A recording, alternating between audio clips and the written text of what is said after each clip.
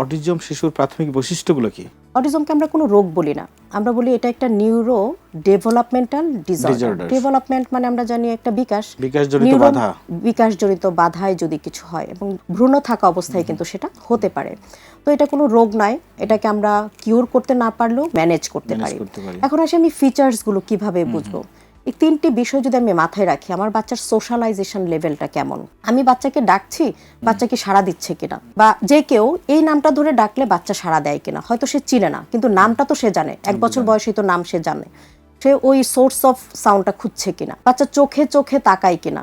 যে কোনো ইন্টারাকশন করার সময় অন্তত আমরা 2 মিনিট কনভারসেশনেও আমরা 1.5 মিনিট বা 1.25 মিনিট কিন্তু যার সঙ্গে কথা বলছি তার আই কন্ট্যাক্ট আমরা করব, আই কন্ট্যাক্ট আছে কিনা, বাচ্চা অন্য শিশুর সাথে মিশতে পারছে কিনা। একটা 1.5 বছর থেকে 2 বছরের বাচ্চা কিন্তু তার খেলনা নিয়ে যায় আর একটা শিশুর সাথে খেলার জন্য। আকিজ নিয়ে এলো বিশ্বমানের বেবি ডায়াপার মাম্মাম, কটনে সফট ম্যাটেরিয়াল, বাবুকে দেবে র্যাশ ফ্রি সুপার কমফর্ট। হয়তো তখনও শেয়ারিংটা তার মধ্যে আসে না, খেলনা দিয়ে দিবে সেটা আসে না, এটা আসে 3 বছর পরে, কিন্তু খেলনাটা নিয়ে যায় ওর সাথে খেলতে।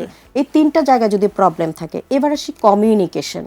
কমিউনিকেশন কিন্তু 2 ভাবে করা যায়, ভার্বালি অর্থাৎ কথা বলে সাউন্ড তৈরি করে, আর একটা নন ভার্বালি অর্থাৎ আমি ইশারা দিয়ে দেখাচ্ছি এরকম। তো ভার্বাল নন ভার্বাল কোনো জায়গায় যদি বাচ্চার সমস্যা থাকে, সাধারণত অটিজম শিশুদের 2টাতেই প্রবলেম থাকে।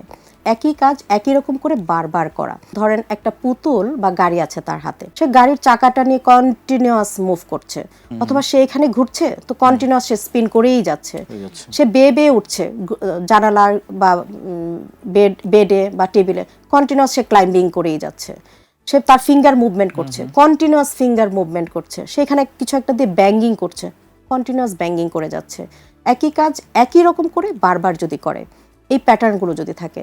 এছাড়াও কিছু শিশু আছে সেন্সরি প্রবলেম, সেগুলো যদি থাকে, তাহলে এগুলো দেখলে আমরা বুঝতে পারবো যে শিশুটির মধ্যে অটিজমের লক্ষণ আছে কিনা।